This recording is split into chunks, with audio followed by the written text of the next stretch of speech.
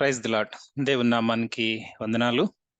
ఈరోజు మనము నిర్గమకాండము 4వ అధ్యాయము 10వ వచనం నుంచి 17వ వచనం వరకున్న భాగాన్ని మనము చూడబోతా ఉన్నాం. దేవుడు తన ప్రజలైన ఇశ్రాయేలీలకు ఇచ్చిన వాగ్దానమును నెరవేర్చడానికి ఆయన ఒక రక్షకుడిని మరి ఏర్పరచి రక్షకుడిని పిలుచుకుంటున్న విధానమునంతా మనము చూస్తా ఉన్నాం. రక్షకుడు వారిని విడిపించే రక్షకుడు ఎవరో కాదు, మరి ఈ యొక్క కథానాయకుడు మోషే గారు.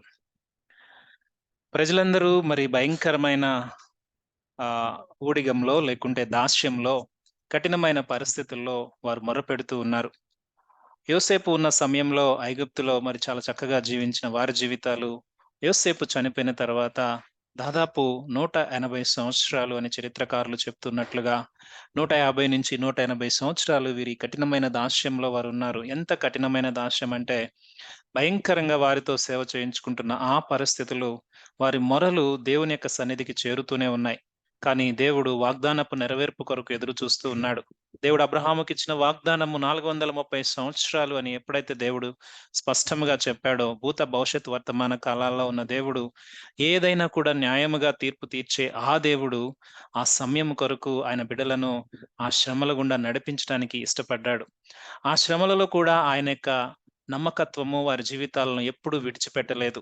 దేవుడు అట్టి రీతిగానే మరి ఆయన ఆ యొక్క మోషేను మరి ఆ సమయంలో పుట్టించటం, మరి మోషేను మరి ఫరో కుమారుడుగా మరి ఐగుప్తులో ఉన్న సకల విద్యలను అభ్యసింపేలాగా చేయటం, తర్వాత జరిగిన కారణాలను బట్టి మరి మిద్యాను ప్రాంతానికి వెళ్ళిపోయిన ఆ సమయంలో దేవుడు మరి ఒక వ్యక్తిని పిలుచుకుంటున్న విధానము, ఒక ఇశ్రాయేలు ప్రజల యొక్క రక్షకుడిని పిలుచుకుంటున్న విధానము మరి మనము గత కొన్ని సెషన్స్‌గా 3వ అధ్యాయం మొదటి నుంచి చూస్తూనే ఉన్నాం.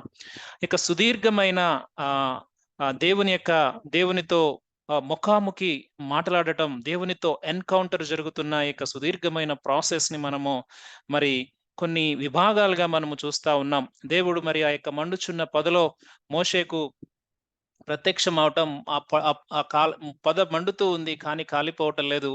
ఆహ్, ఆహ్, ఆ అగ్నిలో నుంచి, ఆ పొదలో నుంచి దేవుడు ఆహ్, ఆ దేవుడు తనతో మోషేతో మాట్లాడటం, మోషేతో మాట్లాడుతూ ఆహ్, మోషేను ఈ యొక్క పిలుపు కొరకు సిద్ధపరచటం, లేదా దేవుని యొక్క పని కొరకు మోషేను సిద్ధపరుస్తున్న విధానము ఒక్కొక్కటి చూస్తా ఉన్నాం. దేవుడు మోషేతో మాట్లాడుతూ ఆ యొక్క ఆ అద్భుతమైన సంఘటన జరుగుతున్న ఆ పరిస్థితుల్లో దేవుడు మోషేతో మాట్లాడుతూ, "మోషే నువ్వు నాకు కావాలి రా! ఎందుకంటే నేను ఇశ్రాయేలు ప్రజలకు వాగ్దానం ఇచ్చాను. ఇశ్రాయేలు ప్రజల యొక్క బాధలు నేను చూసాను. వారిని విడిపించడానికి నువ్వు కావాలి" అని మోషేను దేవుడు పిలుచుకుంటున్న ఒక్కొక్క విభాగాన్ని మనము చూస్తా ఉన్నాం. దేవుడు మోషేతో మాట్లాడుతూ ఉండంగా మోషే ఒక్కొక్క ప్రశ్నేస్తా ఉన్నాడు. "అయ్యా నేనెంతటి వాడను, నేను వెళ్ళలేను. అయ్యా నేను వెళితే వాళ్ళు నన్ను నమ్మరు. లేకుంటే ఒకవేళ వెళితే నేనేమని నీ పేరు చెప్పాలి" అంటే దేవుడు దానికి సంబంధించిన మరి ప్రతిస్పందన రెస్పాన్స్ కూడా ఒక్కొక్కటి తను మాట్లాడుతూ మరి మోషేను ఆ యొక్క పని కొరకు సిద్ధపరుస్తున్న విధానాన్ని, లేకుంటే పని కొరకు పిలుస్తున్న విధానాన్ని మనము చూస్తా ఉన్నాం. దేవుని యొక్క పని, దేవుని యొక్క శక్తి, దేవుని యొక్క పని నెరవేర్చటానికి దేవునికి కావాల్సింది ఒక వ్యక్తి కావాలి. లేకుంటే దేవుని యొక్క పిలుపునందుకున్న మనిషి ఆయన యొక్క చిత్తమును కొరకు పని చేయటానికి కావాలి.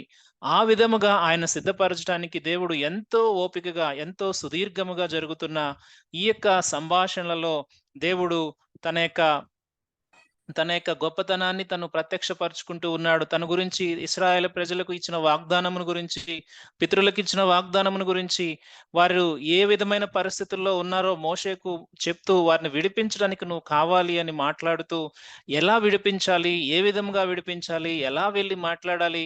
తర్వాత జరగబోయే సంగతులేమిటి? ఇవన్నీ కూడా దేవుడు ఆ యొక్క 3వ అధ్యాయం మొత్తం దేవుడు మాట్లాడుతూ ఉండగా మోషే అంటూ ఉన్నాడు. గత సెషన్‌లో మనం చూసాం. అయ్యా! నువ్వు ఇంత చెప్పినా గాని నేనక్కడికి వెళ్తే వాళ్ళు నన్ను నమ్మరు అంటే, దేవుడు ఆ మోషే ఎదుట 3 అద్భుతమైన సూచక్రియలు అక్కడ చేసినట్లుగా మనము చూస్తా ఉన్నాం. మోషే యొక్క చేతి కర్రను దేవుడు పాముగా మార్చటం, ఆ పామును మరలా మరి మోషేను పట్టుకొనమనగానే మోషే పట్టుకోంగానే అది మరలా కర్ర అవ్వటం. అలాగే మరి తన యొక్క చేతిని మరి తన యొక్క రొమ్ము మీద ఉంచుకోమని చెప్పినప్పుడు అది కుష్టముతో మరి మృతతుల్యమైపోవటం.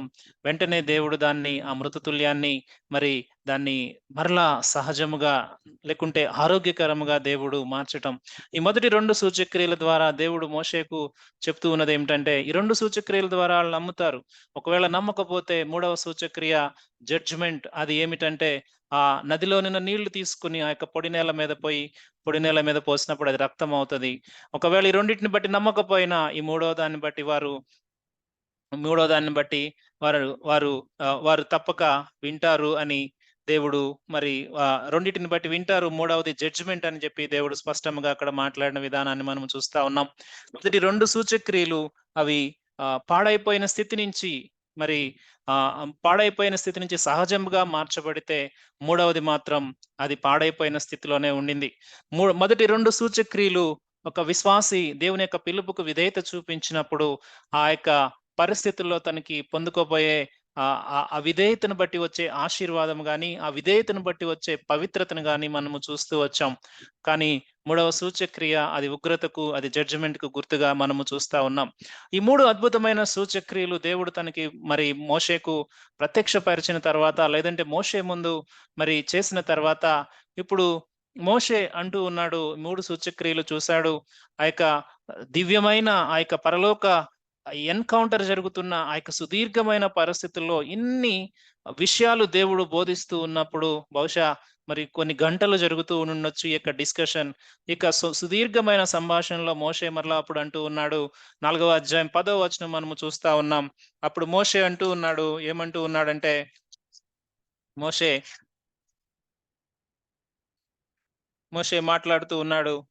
అప్పుడు మోషే, ప్రభువా, ఇంతకు మునుపైనను నీవు నీ దాసునితో మాట్లాడినప్పటి నుండైనను నేను మాట నేర్పరిని కాను.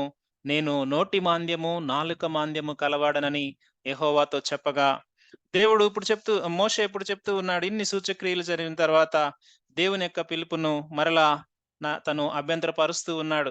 ఏమంటూ ఉన్నాడంటే, ఇప్పుడు తను చెప్తూ ఉన్న మాట, ఇప్పటివరకేమో నేనెంతటి వాడనన్నాడు దేవుడు, నేను నీకు తోడై ఉంటానన్నాడు. నేను వెళితే ఏమని నీ పేరు చెప్పాలి అంటే, దేవుడు నేను ఉన్నవాడను, అనువాడనని చెప్పు. నిరంతరమున్న నామం ఇదని చెప్పు.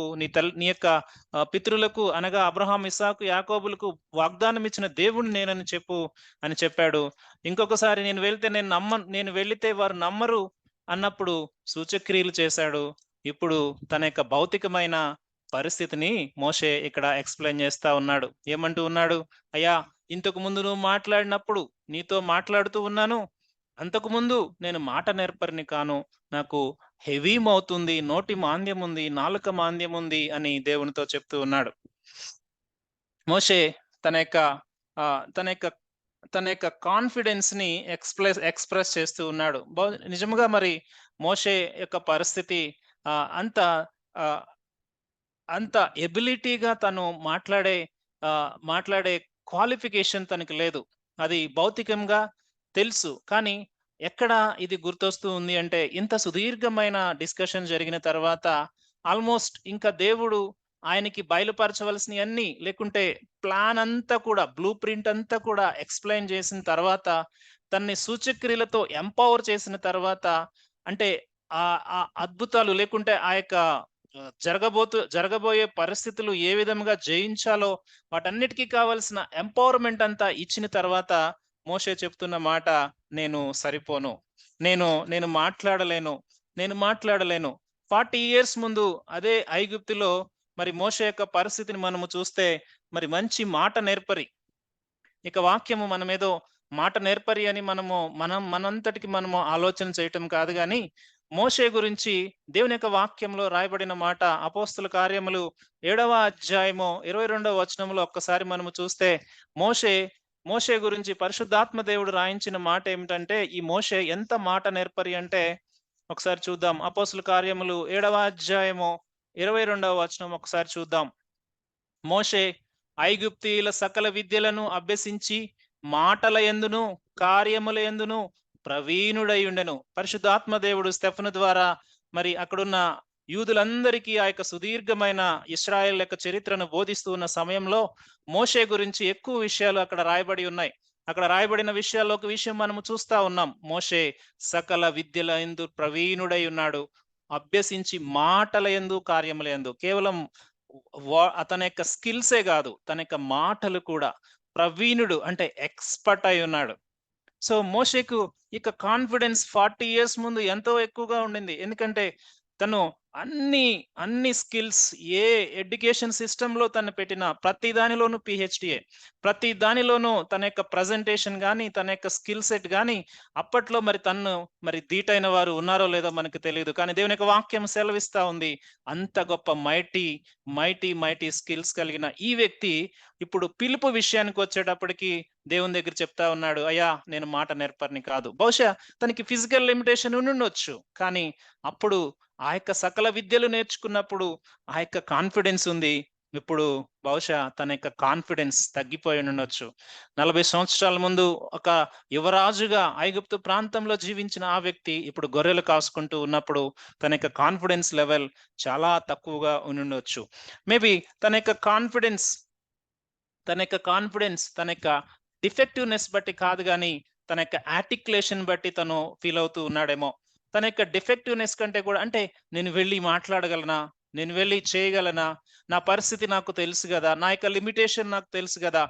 నా యొక్క ఇనెబిలిటీ నాకు తెలుసు గదా! ఇంకొక చరిత్రకారులు ఇంకొక విధంగా అంటారు. బహుశా ఆహ్, మోసెస్ ఎక్కువ టైము ఐగుప్తీయుల దగ్గర అనగా రాజభవనంలో పెరిగాడు కాబట్టి తనకి ఈజిప్షియన్ లాంగ్వేజ్ మీద అనగా ఐగుప్తు భాష మీద ఎక్కువ కమాండ్ ఉండుండొచ్చు. హిబ్రూ భాష మీద అంత కమాండ్ తక్కువ ఉండుండొచ్చు. బహుశా ఇది కూడా తన యొక్క ఆలోచన అయ్యుండొచ్చు అని కొంతమంది స్కాలర్స్ ఈ విధంగా కామెంట్ చేస్తా ఉన్నారు. ఏది ఏమైనప్పటికీ మోషే తన యొక్క తన యొక్క తన యొక్క కాన్ఫిడెన్స్ లెవెల్ గురించి లేకుంటే తన యొక్క ఇనెబిలిటీ గురించి దేవుని దగ్గర ఎక్స్‌ప్రెస్ చేస్తూ ఉన్నాడు. నిజంగా తనకి మరి హెవీ మౌత్ ఉంది. కానీ అది అది తనకి రీజన్ కాదు. అది దేవుని యొక్క పిలుపును అడ్డగించడానికి అది రీజన్ కాదు. కానీ ఇక్కడ మోషే మరి ఎక్స్‌ప్రెస్ చేస్తున్న ఈ మాటకు కూడా దేవుడు దేవుడు దానికి సమాధానం ఇస్తా ఉన్నాడు. ఎంత అద్భుతంగా దేవుడు ఇక్కడ మాట్లాడుతూ సమాధానం ఇస్తూ ఉన్నాడో ఒక్కసారి మనము చూద్దాం. 11వ వచనం. యెహోవా మానవునకు నోరిచ్చిన వాడెవడు? మూగవానినే గాని, చెవిటివానినే గాని, దృష్టి గలవానినే గాని, గ్రుడ్డివానినే గాని పుట్టించిన వాడెవడు? యెహోవానైన నేనే గదా! మోషే నిజమే. నీకు నాలుక మాంద్యం ఉంది, నోటి మాంద్యం ఉంది, నీకు హెవీ మౌత్ ఉంది. నువ్వు మాట్లాడుతూ ఉంటే అంత ఎక్స్‌ప్రెసివ్‌గా నువ్వు మాట్లాడలేవు. అంత ఫాస్ట్‌గా మాట్లాడలేవు. నాకు తెలుసయ్యా నీ యొక్క ఇనెబిలిటీ నాకు తెలుసు. లేకుంటే నీ యొక్క నీ యొక్క లోపమేంటో నాకు తెలుసు. అయితే ఒకసారి గమనించు. నా యొక్క సార్వభౌమత్వాన్ని నువ్వు ఒక్కసారి గమనించు. ఈ లోకంలో గుడ్డివాడినే గాని, చెవిటివాడినే గాని, మూగవాడినే గాని పుట్టించిన వాడెవడు? నేనే గదా అని దేవుడు మాట్లాడుతూ ఉన్నాడు. దేవుడు దేవుని యొక్క రెస్పాన్స్ మోషే ఎక్స్‌క్యూజ్‌కి కరెక్ట్‌గా దేవుడు మాట్లాడుతూ ఉన్నాడు. ఎందుకంటే ఆయన ఆయన ఆయన ఈ లోపము గల వారిని పుట్టించాడు అంటే ఆయనేదో వారి పట్ల ఆహ్, ఒక ఒక ఒక ప్రాబ్లమ్ క్రియేట్ చేయటానికో లేకుంటే ఇంకొక విషయం కాదు. కానీ ఆయన సార్వభౌమత్వంలో ఇవి అనుమతిస్తూ ఉన్నాడు అనే విషయాన్ని మనము చాలా జాగ్రత్తగా గమనించాలి. దేవుడు చాలా శక్తిమంతుడు. మనము ఏమీ చేయలేమని కాదు గానీ, ఎల్లప్పుడూ దేవుడు శక్తిమంతుడు. మనము అందుబాటులో ఉంటే ఆయన మన ద్వారా పని చేయగలడు. మన యొక్క ఫిజికల్ లిమిటేషన్స్ ఏమున్నప్పటికీ కూడా, ఆ ఫిజికల్ లిమిటేషన్స్‌ని దేవుని యొక్క కృపను మనము అర్థం చేసుకోగలం. లేకుంటే దేవుని యొక్క కృపను మనము పొందుకోగలం. ఈ విషయాలను గురించి ఆలోచన చేస్తూ ఉన్నప్పుడు యెహెజ్కేలు గ్రంథంలో 3వ అధ్యాయంలో దేవుడు మాట్లాడుతూ ఉన్నాడు. యెహెజ్కేలు గ్రంథం 3వ అధ్యాయము 25వ వచనంలో ఒక్కసారి మనము చూసినట్లయితే నోటి గురించి దేవుడు ఇక్కడ మరలా ఇంకొకసారి ఇక్కడ భక్తుడికి మాట్లాడుతూ ఉన్నాడు. కొంత వివరంగా మనము ఈ విషయాలు మనము చూద్దాం. దేవుని యొక్క సార్వభౌమత్వ శక్తిని, దేవుడు ఎందుకు ఆయా విషయాలు ఆయా సమయాల్లో ఆయన అనుమతిస్తాడు అనే విషయాన్ని మనము జాగ్రత్తగా చూద్దాం. ఇక్కడ యెహెజ్కేలు భక్తుడితో దేవుడు మాట్లాడుతూ ఉన్నాడు ఇశ్రాయేలు ప్రజల దగ్గరికి వెళ్ళమని. అక్కడ మాట్లాడుతున్న సందర్భం మనం చూస్తే 3వ అధ్యాయం 25వ వచనం, వారు బహుగా తిరుగుబాటు చేయువారు గనుక నీవు మౌనివై వారిని గద్దింపక ఉండునట్లు నేను నీ నాలుక నీ అంగటికి అంటుకొన చేసేదను. బాగా మాట్లాడే యెహెజ్కేలు భక్తునితో దేవుడు ఏమంటూ ఉన్నాడంటే, అయ్యా యెహెజ్కేలు నువ్వు అక్కడికి వెళ్ళు, అయితే వాళ్ళు తిరుగుబాటు చేసేవారు గనక నిన్నేం చేస్తానంటే నేను, వాళ్ళు తిరుగుబాటు చేస్తా ఉంటే నువ్వు గద్దిస్తావు కదా, నువ్వు మాట్లాడకుండా ఉండటానికి నీ నాలుకను నీ అంగటికి అంటింపజేసేస్తాను. అంటే దేవుని యొక్క దేవుని యొక్క సార్వభౌమత్వాన్ని ఒక్కసారి మనం ఆలోచించాలి. ఆయన యొక్క సర్వశక్తిమంతవాన్ని ఒక్కసారి ఆలోచించాలి. తర్వాత ఇక్కడ అంటూ ఉన్నాడు, అయితే నేను నీతో మాట్లాడి నీ నోరు తెరిచెదను. తర్వాత ఏమంటా ఉన్నాడు, నీతో మాట్లాడి నీ నోరు తెరిచెదను. వారు తిరుగుబాటు చేయవారు గనక వారి యొద్దకు పోయి వినువాడు వినుగాక, విననొల్లని వాడు విననొల్లక యుండునుగాక అని ప్రభువు యెహోవా సెలవిచ్చున్నాడని వారితో చెప్పవలెను. ఒక పని కొరకు దేవుడు ఒక వ్యక్తి యొక్క నోరును కొంత సమయము మూయించి మరలా తెరిచేయగల సామర్థ్యం ఉన్న శక్తి కలిగిన దేవుడు. మనందరికీ తెలుసు జకర్యా యాజకుడు, జకర్యా యెజబేలు కొద్ది సమయము దేవుని యొక్క మాటకు అవిధేయత చూపించిన కారణాన్ని బట్టి కొన్ని నెలలు తన యొక్క నోరు మోగబోయిన విషయాన్ని మనం చూస్తూ ఉన్నాం. ఇక్కడ దేవుడు మాట్లాడుతూ ఉన్నాడు, మోగవాడిని పుట్టించిన వాడెవడు, చెవిటివాడిని పుట్టించిన వాడెవడు, గుడ్డివాడిని పుట్టించిన వాడెవడు, నేనే కదా ఆ సృష్టికర్త. ఆయన చేసిన దాంట్లో ఇది లోపముంది, ఇది లోపము కావాలని దేవుడు చేశాడు అని ఎవరు చెప్పడానికి వీల్లేదు. ఆయన చిత్త ప్రకారముగా ఆయన ఈ లోకంలో ఆయన మనుషులను పుట్టించే దేవుడు అని మనము జాగ్రత్తగా ఆలోచన చేయాలి. అలాగే మనము ఆలోచన చేస్తే గ్రుడ్డివారి కన్నులు తెరిచేది ఆయనే, గ్రుడ్డివారిని పుట్టించేది ఆయనే, కన్నులు తెరిచేది ఆయనే, మగవారిని చెవిటి వారిని, ఇలా మనము ఏ లోపమైనప్పటికీ కూడా దేవుడు ఆయన యొక్క సార్వభౌమత్వంలో ఈ లోకంలో ఆయన అనుమతిస్తూ ఉన్నాడు. అయితే మోషే గుర్తు చేయకముందే దేవునికి తెలియదా మోషేలో ఏ లోపం ఉందో? జనరల్ గా మన యొక్క పరిస్థితి ఇలాగే ఉంటుంది. మనలో ఏ లోపం ఉందో మనమే చెప్తాం దేవునికి. అంటే మనల్ని సృష్టించిన సృష్టికర్తకే, దేవా అయ్యో నేను మాట్లాడలేను దేవా, అయ్యో నేను సరిగా నుంచోలేను దేవా, అయ్యా దేవా నేను వాక్యం సరిగా చదవలేను దేవా, అయ్యో దేవా నేను అలా పలానా వ్యక్తితో అలా మాట్లాడలేను దేవా అని ఎన్నో మనము సాకులు చెప్తూ ఉంటాం. ఈరోజు మోషే మాట్లాడుతున్న ఈ మాట ద్వారా మనము ఆలోచన చేస్తూ ఉన్నాం. మనకు దేవుని యొక్క పిలుపు, ఆయన యొక్క ప్రత్యక్షత స్పష్టంగా మన మధ్యకు వచ్చి మనతో మాట్లాడుతూ ఉన్నప్పుడు ఎగ్జాక్ట్ గా ఆ యొక్క టేకప్ చేయాల్సిన సమయంలో పలుకుతున్న ఈ యొక్క సాకులు లేకుంటే సానుభూతి మాటలు దేవుడు ఇష్టపడడు. దేవుడు ఎప్పుడు కూడా ఈ మాటలు ఇష్టపడడు. ఎందుకంటే దేవుడు అంటా ఉంటాడు, మనకి తెలుసు, ఇర్మియాను పీల్చుకుంటూ ఉన్నప్పుడు, అయ్యా నేను బాలుడునయ్యా నేను మాట్లాడలేనంటే, నువ్వు బాలుడుని అనవద్దు, నా వాక్యము నీ యొక్క మాటల్లో నేను పెడతా, నీ నోట్లో నేను నా యొక్క వాక్యం పెడతాను, నువ్వు వెళ్ళి మాట్లాడవలసిందే అని దేవుడు మాట్లాడుతూ ఉన్నాడు. ఎప్పుడు కూడా ఫిజికల్ లిమిటేషన్స్ దేవుని యొక్క పరిచర్యకు అవి అడ్డు కావు. ఇంకొక విషయం చెప్పాలి అంటే, మనకేదైతే బలహీనతలు ఉన్నాయో ఆ బలహీనతలనే దేవుడు ఆయన సమృద్ధిగా అత్యద్భుతముగా ఆయన వాడుకోవటానికి ఇష్టపడతాడు. మన బలాన్ని బట్టి ఎప్పుడు కూడా దేవుడు వాడుకోడు. మన బలహీనతలనే దేవుడు ఆ పరిస్థితుల్లోనే, మనం ఏదైతే చేయలేమంటామో ఆ పని చేయటానికి మనం ముందుకు వెళ్తే దేవుడు వాటి ద్వారా గొప్ప కార్యాలు చేస్తాడనే దానికి ఎటువంటి సందేహం లేదు. కొన్ని ఎగ్జాంపుల్స్ నేను మీకు చెప్పాలని ఇష్టపడతా ఉన్నాను. పేతురు చాలా పిరికివాడు. ఎంత ఎమోషనల్ అంటే తన యొక్క మానసిక స్థితి, అప్పుడే దేవా నీ కొరకు నేను నిలవబడతానంటాడు, వెంటనే దేవుడు ఎవరో నాకు తెలియదు అంటాడు. తన యొక్క మానసిక పరిస్థితి అటువంటిది. అటువంటి వ్యక్తిని దేవుడు ఏమంటూ ఉన్నాడంటే, పేతురు నీవు బండవు, నీ మీద నా సంఘాన్ని కడతాను అనగా, తన యొక్క ఆ యొక్క మానసిక ఎమోషనల్ పరిస్థితిని దేవుడు ఆయన యొక్క పునరుద్ధాన శక్తి ద్వారా ఎంత బలముగా నింపాడు అంటే అది మనము చూస్తాం. అత్యద్భుతముగా పేతురు ప్రసంగిస్తే ఒక్కసారి 3000 మంది, 5000 మంది, కొన్ని వేల మందిని దేవుడు మరి పేతురు ద్వారా ఆయన రక్షణలోనికి నడిపించాడు. దేవునికి కావాల్సింది ఓన్లీ విల్లింగ్నెస్. మనము చెప్పేది ఏంటంటే, అన్‌విల్లింగ్‌నెస్. మనం చెప్పేదేమో అన్‌విల్లింగ్‌నెస్. దేవా, నేను ఈ యొక్క పరిస్థితి నేను చేయలేను. కానీ దేవుడు అంటాడు, అదే పరిస్థితిని నేను వాడుకుంటాను అని దేవుడు చెప్తూ ఉన్నాడు. గిద్యోను పిరికివాడు. ఆ యొక్క ఆహ్, మిద్యానీయులకు భయపడి ఆ యొక్క పొలంలో తను చాటుగా ఉండి గోధుమలను కొట్టుకుంటూ ఉండగా దేవుడు పిలిచి, పరాక్రమం కలిగిన బలాఢ్యుడా, బలాశూరుడా అంటే గిద్యోను భయపడిపోతా ఉన్నాడు. అయ్యా, నేను ఎన్నిక లేని వాడను. నన్నెలా నువ్వు పిలుచుకుంటావు? అయ్యా, నువ్వే నన్ను పిలుచుకుంటున్నావంటే కొన్ని సూచక్రియలు చెయ్యి. కొంత ఈ ప్రాంతమంతా మంచు పడాలి. ఈ ప్రాంతమంతా మంచు పడకూడదు అని దేవుడిని ఎంతో పరీక్ష పెట్టాడు. కానీ దేవుని యొక్క శక్తి పొందుకున్న తర్వాత నిజముగా ఇది గిద్యోను ఖడ్గము, ఇది యెహోవా ఖడ్గమని అక్కడున్న వారందరూ పాడుకునేటట్లుగా దేవుడు గొప్ప విజయాన్ని ఇచ్చాడు. ఏదైతే మనము ఈరోజు అన్‌విల్లింగ్‌నెస్‌గా మనము ఎదురు చూస్తూ ఉన్నామో, ఆ యొక్క ఏదైతే మన యొక్క భయముగా, బలహీనతగా మనం ఈరోజు చూస్తూ ఉన్నామో, దేవుడు దాన్ని వాడుకోవటానికి ఇష్టపడుతూ ఉన్నాడు. కొంతమంది మిషనరీల గురించి కూడా నేను మీకు చెప్పాలని ఇష్టపడతా ఉన్నాను. హడ్సన్ టైలర్ ఆయన పుట్టుకతోనే బలహీనుడు. కానీ చైనా దేశానికి వెళ్లి కొన్ని లక్షల లక్ష ఆత్మలను రక్షణలోనికి నడిపించాడు. అలాగే డేవిడ్ బ్రైనార్డ్ వంశపారపర్యంగా టీబీ వచ్చే వ్యాధి కుటుంబంలో జన్మించాడు. తను తను ఒక వ్యక్తి 72 సంవత్సరాలు చేయవలసిన పరిచర్యను తను టీబీ వ్యాధితో 29 సంవత్సరాల లోపే తను చనిపోయినప్పటికీ ఒక ఒక రెడ్ ఇండియన్స్ కంట్రీని మొత్తాన్ని దేవుని యొక్క రక్షణలోనికి నడిపించాడు.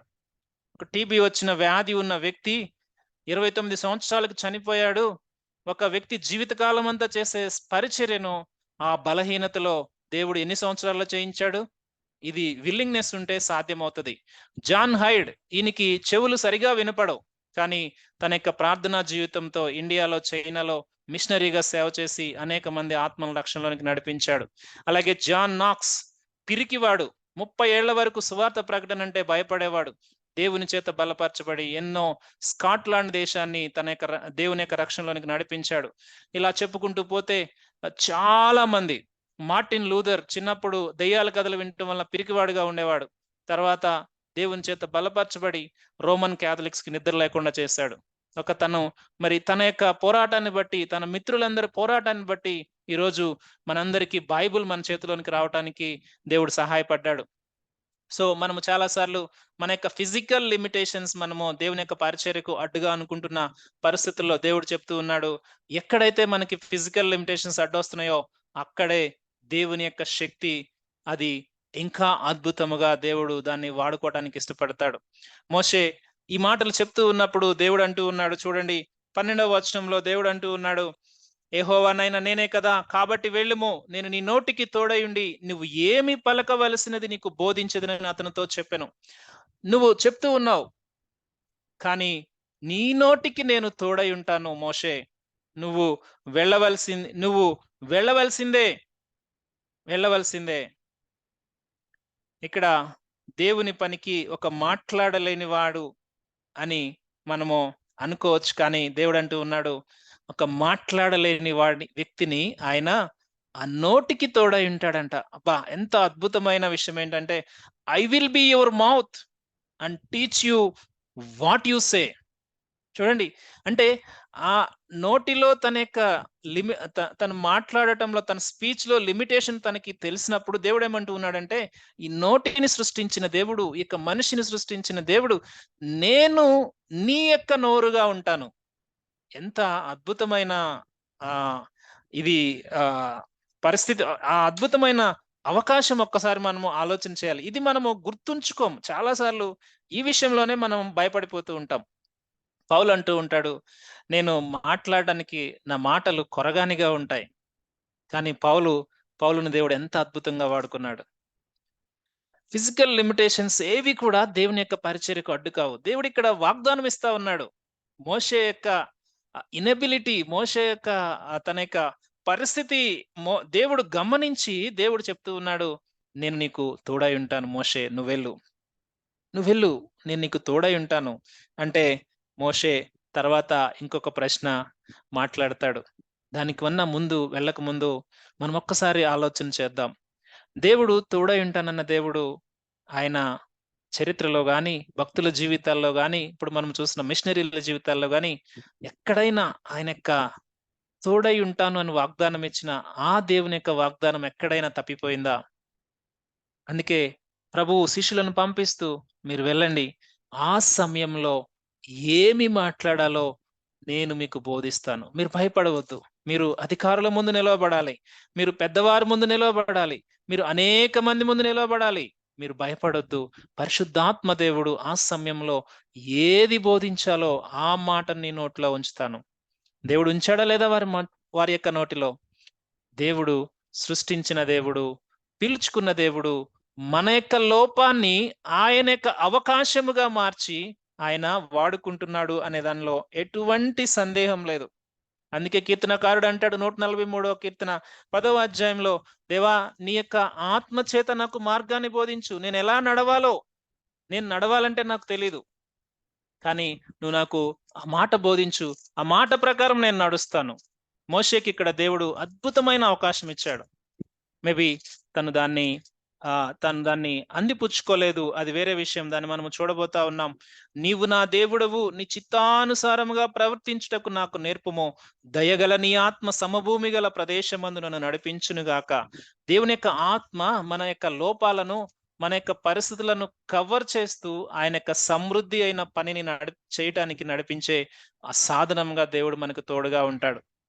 దేవుడు మనకి తోడుగా ఉంటాడు. ఇక్కడ మోషే అంటూ ఉన్నాడు, ఇంత తన యొక్క పరిస్థితిని ఎక్స్ప్లెయిన్ చేస్తూ ఉన్నప్పుడు మరలా దేవుడు తనకి వాగ్దానం ఇచ్చాడు. అయ్యా నా పరిస్థితి ఇది అన్నప్పుడు దేవుడు తనకి వాగ్దానం ఇచ్చాడు. అయితే మోషే యొక్క రెస్పాన్స్ చూద్దామా?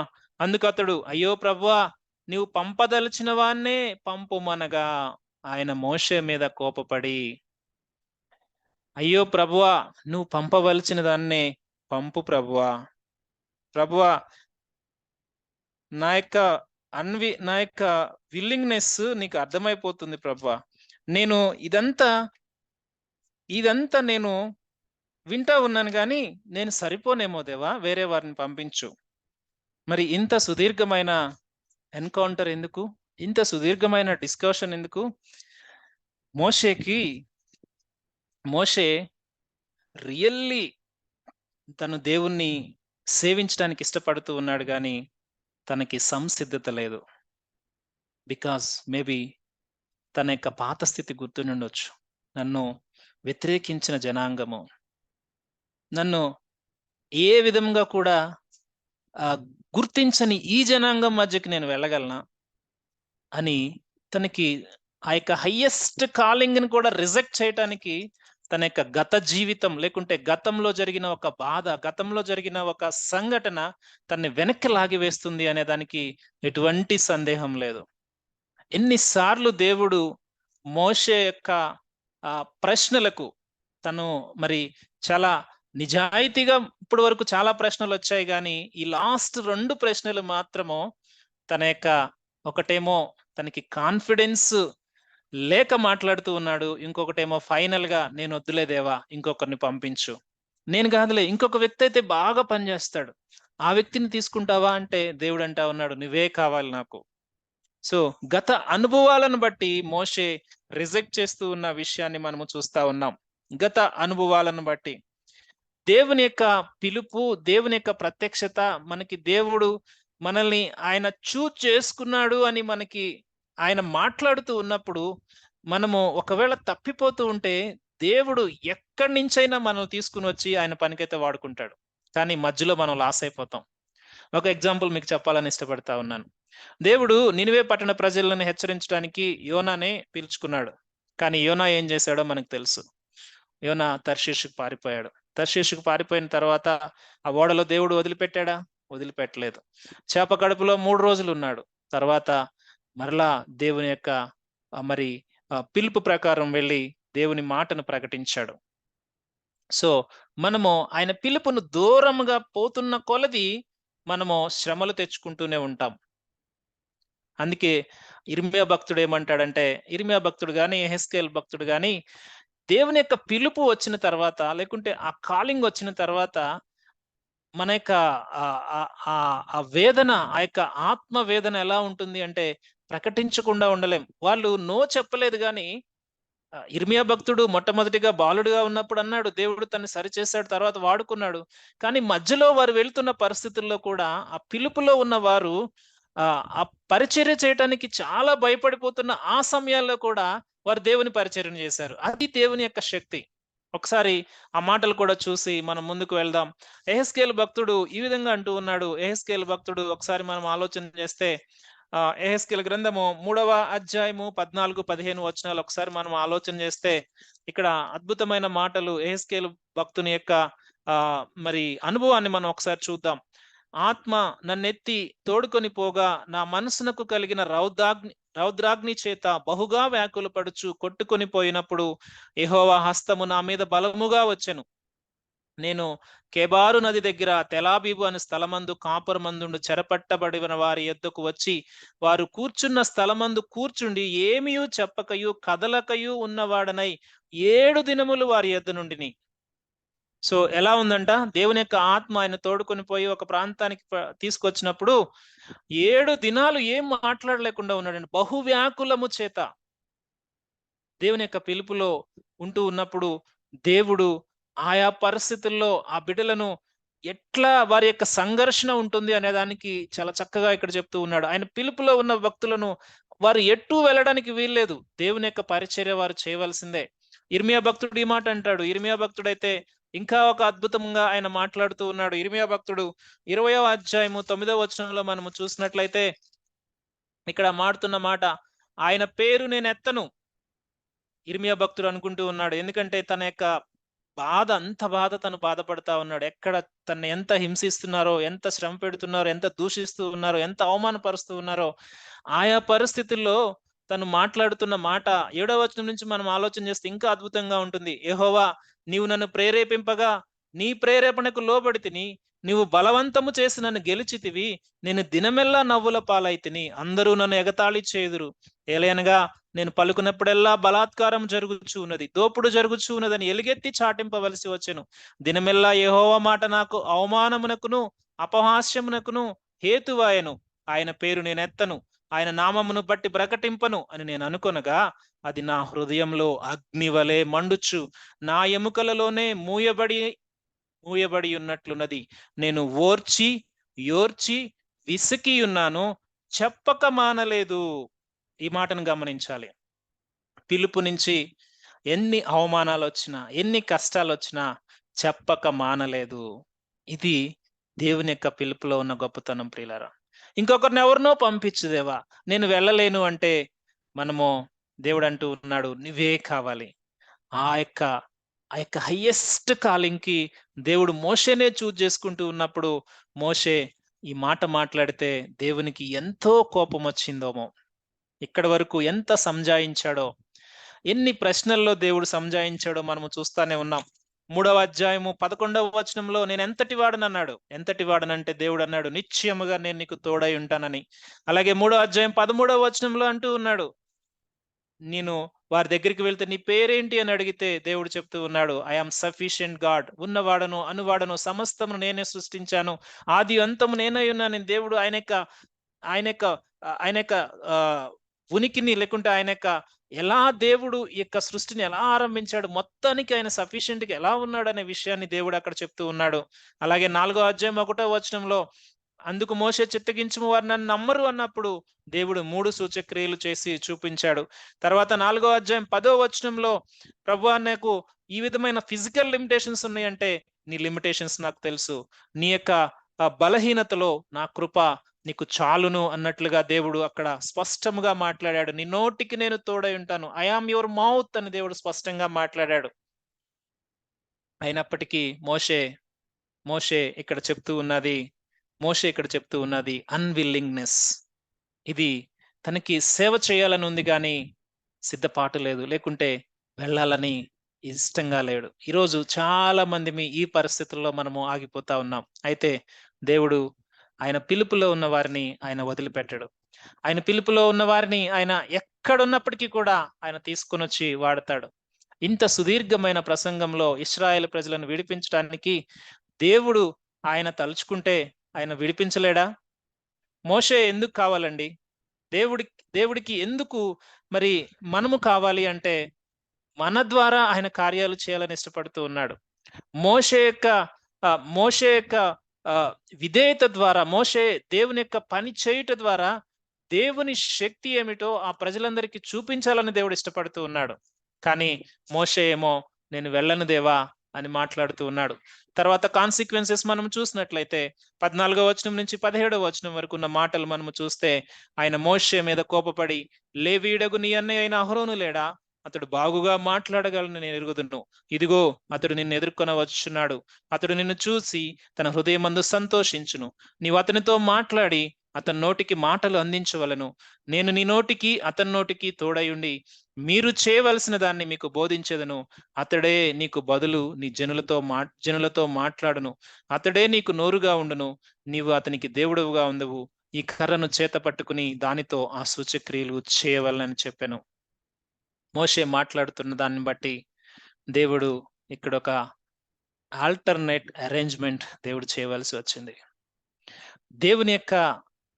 దేవుని యొక్క వర్కింగ్ స్టైల్ ఎప్పుడు కూడా ఆయనతో మాట్లాడేవాడే లీడర్‌గా ఉంటాడు. ఆయనతో మాట్లాడేవాడే ప్రవక్తగా ఉంటాడు. కానీ మోషే యొక్క మోషే దానికి సిద్ధముగా లేని కారణాన్ని బట్టి ఇక్కడ దేవుడు అహరోన్‌ని ఇవ్వాల్సి వస్తా ఉంది. బహుశా ఆఫ్టర్ సమ్ టైమ్ అహరోన్ని మరి మోషే యొక్క నోరుగా దేవుడు ఇచ్చాడు. ఇది మంచిదే. ఎందుకంటే తనకు కాన్ఫిడెన్స్ లేదు. అహరోన్ని దేవుడు అరేంజ్ చేశాడు. కానీ అహరోను ద్వారా జరిగిన కాన్సిక్వెన్సెస్ తర్వాత మోషే రియలైజ్ అయినప్పుడు ఎంత బాధపడి ఉంటాడో. ఎందుకో తెలుసా? అహరోను బాగా మాట్లాడగలడు. కానీ కంటెంట్ లేదు, సాక్ష్యం లేదు. అహరోను ఎలా అంటే ఎవరు ఎట్లా బలముంటే అటువైపు వెళ్ళిపోతాడు. అహరోను పరిస్థితులను తట్టుకుని నిలబడగలిగే విశ్వాసం తనకి లేదు. అహరోను ద్వారా ఇశ్రాయేలు ప్రజలు మరి మోషే కొండ మీద ఉన్నప్పుడు వారిని అందరినీ ప్రేరేపించి మరి అక్కడ ఒక దూడను చేయటం జరుగుతుంది. అలాగే అహరోను కుమారులు యెహోవా సన్నిధి నుంచి వచ్చే అగ్ని కాకుండా వేరొక అగ్నిని అర్పించినప్పుడు 2 కుమారులు చనిపోవడం జరుగుతుంది. అదే అహరోను మోషే మీద ఎదురు తిరగటం, సనగటం మిరియాముతో కలిసి జరుగుతుంది. ఇవన్నీ విషయాలు మోషే ఒక్కసారి ఆఫ్టర్ సమ్ టైమ్ ఓవర్లుక్ చేసుకుని ఉంటే, దేవుడు నా నోటికి తోడై ఉంటానన్నాడు కదా, నేనే ఎందుకు విల్లింగ్ చేయలేకపోయాను? నేను ఎందుకు సంసిద్ధత నా జీవితంలో అప్పుడు నేను ఇవ్వలేకపోయాను? ఇన్ని రీజన్స్ వచ్చాయి కదా. మొట్టమొదటిగా ఈ యొక్క ఈ ప్రజలకు అరణ్యంలో వీరికి విగ్రహారాధన నేర్పిన వ్యక్తిగా నా యొక్క అన్న ఉన్నాడే. బహుశా ఇది నా యొక్క అన్విల్లింగ్నెస్ వల్ల నేను తెచ్చుకుంటున్న కొన్ని కాన్సిక్వెన్సెస్ అని మోషే బాధపడి ఉండొచ్చు. తర్వాత అర్థమై ఉండాలి తన అన్విల్లింగ్నెస్ ని బట్టి. ఎందుకంటే దేవుడు మోషే ద్వారా పని చేయించుకోవాలని ఇష్టపడినప్పుడు మోషే ఆల్టర్నేట్ ప్రపోజల్ చూపిస్తే దాని యొక్క పరిణామాలు, దాని యొక్క పర్యవసానాలు కొన్ని మనం అనుభవించవలసి వస్తుంది. ఏదైనా దేవుడు మనతో ప్రత్యక్షంగా మాట్లాడుతూ ఉన్నాడా?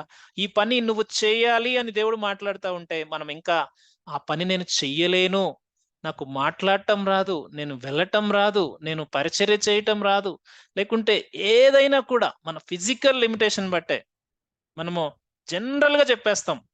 మనకి లోపల చెయ్యాలని ఉంటది.